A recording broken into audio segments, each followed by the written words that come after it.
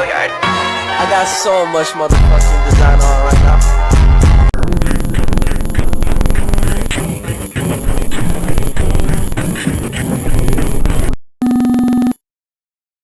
Baik, saat ini kita akan langsung masuk pada materi yang pertama, yaitu jaringan komputer.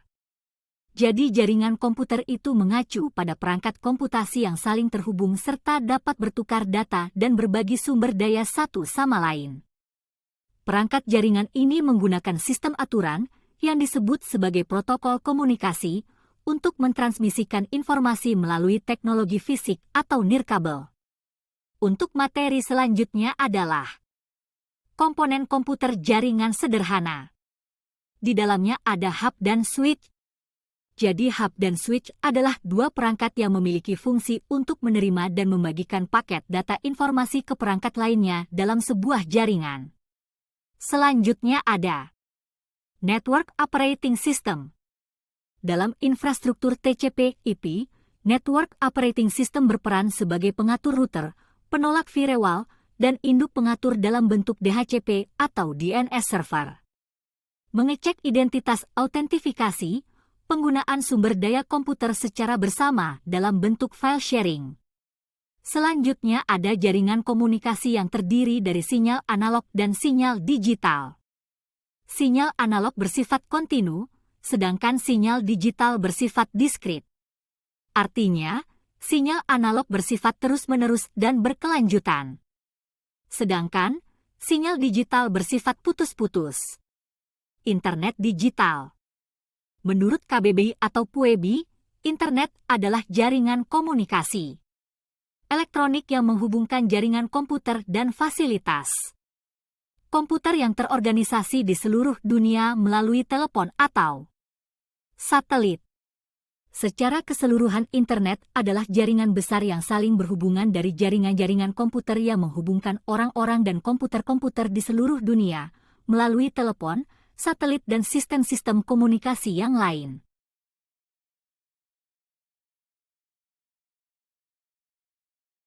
Komunikasi terpadu.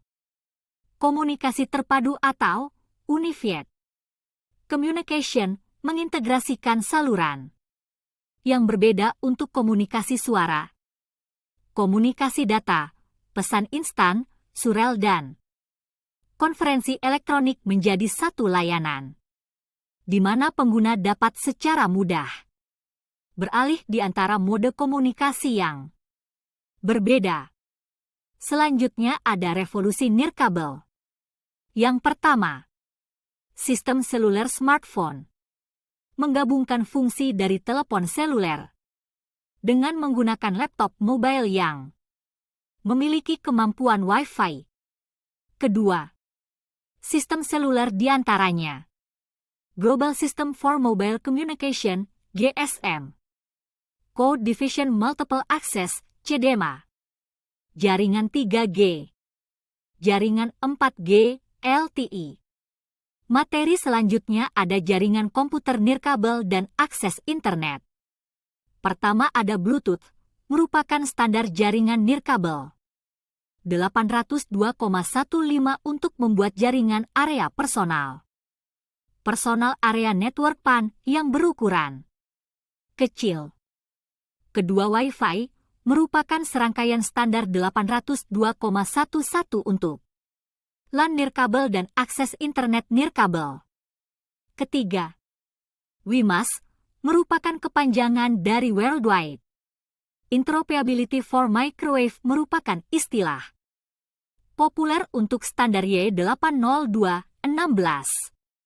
Jaringan komputer nirkabel dan akses InT, FIT, dan jaringan sensor nirkabel Radio Frequency Identification atau FIT menyediakan teknologi canggih yang mampu melacak pergerakan barang dalam rantai pasokan. Jaringan sensor nirkabel, Wireless Sensor Network, adalah jaringan dari perangkat nirkabel yang saling berhubungan yang tertanam ke dalam lingkungan fisik untuk menyediakan pengukuran dari banyak tempat pada wilayah yang luas. Lanjutan untuk materi RFID dan jaringan sensor nirkabel. Saya akan memberikan contoh dari RFID tersebut. Adalah pada sistem absensi karyawan. Pencatatan. Absensi karyawan merupakan salah satu faktor penting dalam pengelolaan sumber daya manusia.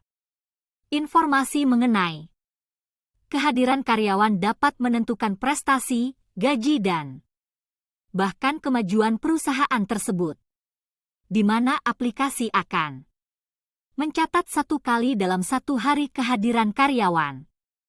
Baiklah, sekian penjelasan materi tentang telekomunikasi, internet dan teknologi nirkabel dari kelompok kami.